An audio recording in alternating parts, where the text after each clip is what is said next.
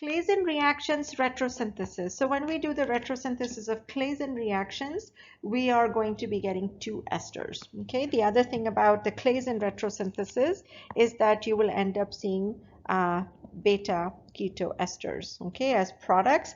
So that's what we are looking for. And then so the ester is really what I'm going to focus on, because the ester gives me the alpha carbon.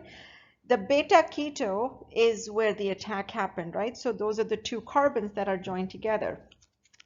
So let's look at the first one that we have. And in the first one here is the ester. So it means this is the alpha carbon. It means that this is the beta carbon. If that is the alpha and the beta, then what I need to do is I need to fragment right here. Okay.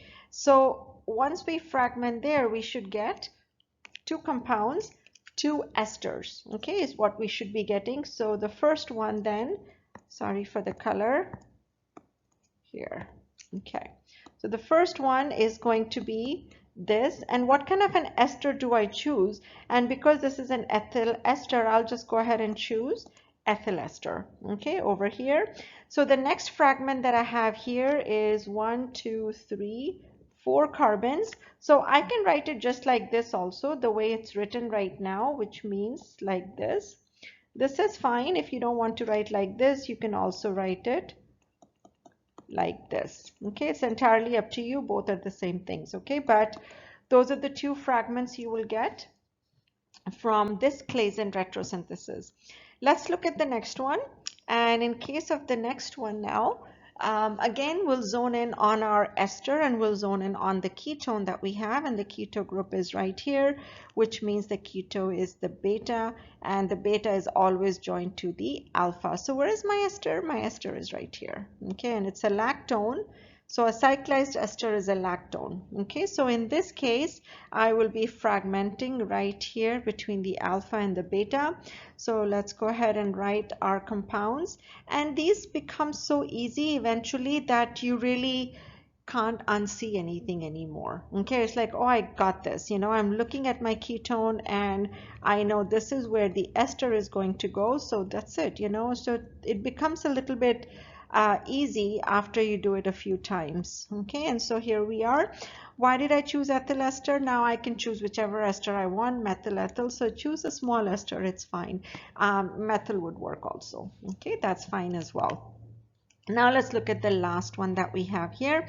The last ester is a little bit weird because here I can see that my ketone, which is the beta, and then here is my ester. So this is my alpha carbon right here. So in this case, my bond seems to be in the same molecule. Okay, and so if it's in the same molecule, it means that this is the breakage point. If that's the breakage point, it means that I'm going to have only one compound as a result. I will not have two compounds as a result. And this is because there's an internal cyclization going on, which means this is a diester. So the first thing I want to do is I just want to write it out as it is. Okay, then we'll worry about whether it's looking pretty or making sense or not. Okay, so first of all, let's just break the bond between the alpha and the beta. Okay, and so here, and I'm going to write over this line here. Okay, so don't mind that. So here we have this, and so this is the beta carbon. The beta carbon is going to have an ester on it, so I will choose ethyl ester again because of the ethyl group here, so OET, and then this is the alpha carbon, so this one then has an ester coming out of that.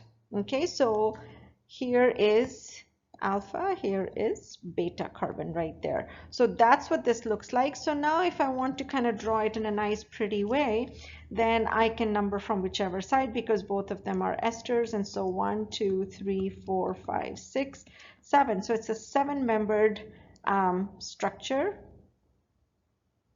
1, 2, 3, 4, 5, 6, 7.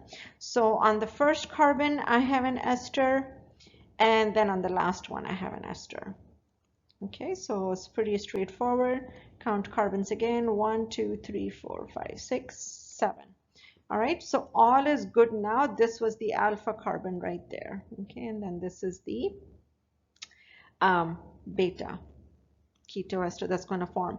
So this was an internal cyclization, okay, that was going on in the last one. So hopefully you got examples of all different kinds of retrosynthesis here.